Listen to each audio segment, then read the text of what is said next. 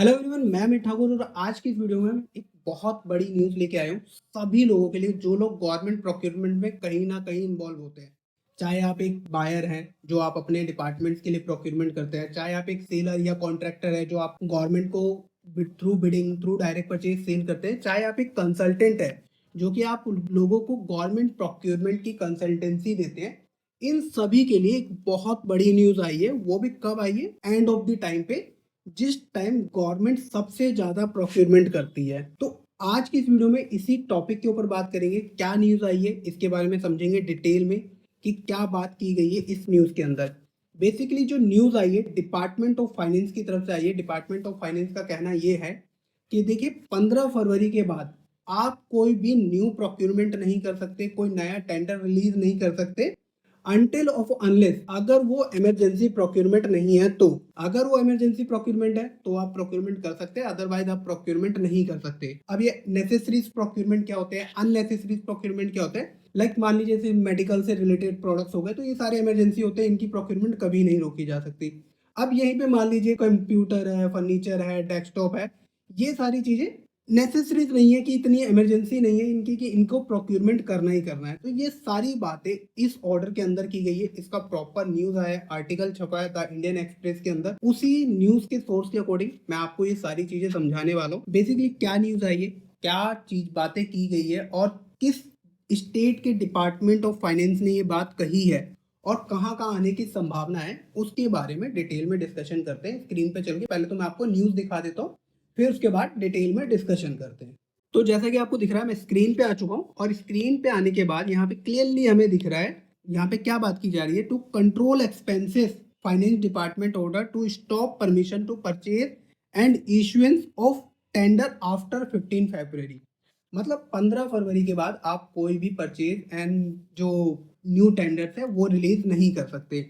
इस न्यूज़ का जो लिंक है वो मैं आपको डिस्क्रिप्शन में दे दूंगा, आप वहां से इस लिंक को पूरा स्टडी कर सकते हैं कि इसमें क्या बातें की जा रही है।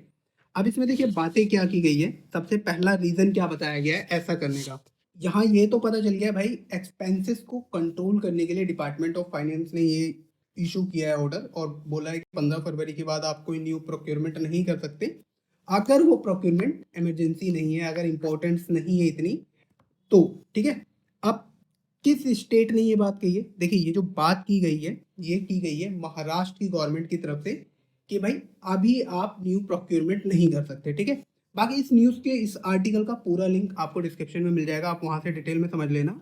अब मैं आपको ऐसे समझा देता हूँ इसके लाने के रीजन क्या क्या है। ठीक है, देखिए सबसे पहला गवर्नमेंट का कहना क्या है। गवर्नमेंट का ये कहना है कि भैया हमें जो है ना अपने फाइनेंशियल्स को कंट्रोल करना है। अब होता क्या है, बेसिकली सबसे ज्यादा जो प्रोक्योरमेंट की जाती है लास्ट के 3 मंथ्स में ही की जाती है, जनवरी, फरवरी और मार्च। अब यहाँ पे गवर्नमेंट ने ये रियलाइज किया है, ये समझा है कि जब बहुत बल्कि प्रोक्योरमेंट होती है, बहुत तेजी में जल्दीबाजी में प्रोक्योरमेंट होती है, तो यहाँ पे प्रोक्योरमेंट्स के अकाउंट का मिसमैनेजमेंट होता है और कुछ ऐसी प्रोक्योरमेंट्स भी ज्यादातर ऑफिस कर लेते हैं जिनकी रिक्वायरमेंट नहीं होती, नीड नहीं होती, क्योंकि उनको सिर्फ अपने फंड यूटिलाइज करने होते हैं। तो सडनली गवर्नमेंट ने क्या कहा कि भाई उन्होंने सडनली जनवरी में 17 जनवरी को एक मीटिंग की और 17 जनवरी को ये ऑर्डर पास कर दिया कि भाई 15 फरवरी तक आप अपनी सारी प्रोक्योरमेंट खत्म कर लो, इसके बाद आप नई प्रोक्योरमेंट नहीं कर सकते। तो ये था पूरा न्यूज। मतलब ओवरऑल 15 फरवरी के बाद जो गवर्नमेंट प्रोक्योरमेंट स्टॉप हो रही है वो सिर्फ महाराष्ट्र में हो रही है। सेकेंड थिंग, ये क्यों किया जा रहा है? फाइनेंस एंड जो अकाउंटेबिलिटी है इसको कंट्रोल करने के लिए, कहीं पे भी करप्शन होने के चांसेस ना हो। सबसे इम्पोर्टेंट जो सीएम माझी बहन स्कीम है, इसके लिए जो गवर्नमेंट को पैसा इकट्ठा करना है, पैसे डिस्ट्रीब्यूट करने के लिए, एक उसके लिए किया जा रहा है। एंड ये हो सकता है, देखिए जैसा कि महाराष्ट्र में हुआ है कि भाई सीएम माझी बहन स्कीम लॉन्च की गई थी, इसी तरीके से हर स्टेट में, जैसा कि हम दिल्ली की बात कर ले तो दिल्ली में भी सेंट्रल गवर्नमेंट ने, बीजेपी ने भी इलेक्शन लड़ते समय उन्होंने भी एक स्कीम लॉन्च की थी कि भाई वो हर महिला को 25-2500 रुपए या कुछ सर्टेन अमाउंट, मेरे को एग्जैक्ट अमाउंट याद नहीं है, कि वो डिस्ट्रीब्यूट करेंगे।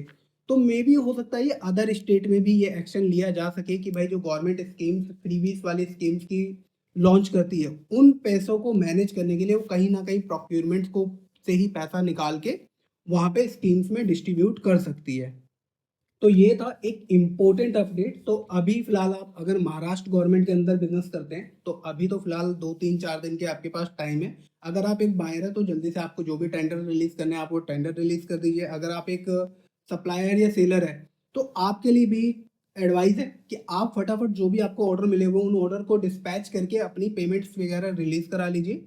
क्योंकि अगर ट्रेज़री ब्लॉक हुई पूरी, तो हो सकता है आपकी पेमेंट भी एक लंबे टाइम के लिए होल्ड हो सकती है। तो जितने भी आप लोगों के ऑनगोइंग ऑर्डर है, उनको फटाफट कंप्लीट करके अपने बिल-उल वगैरह जल्दी से क्लियर करवा सकते हैं।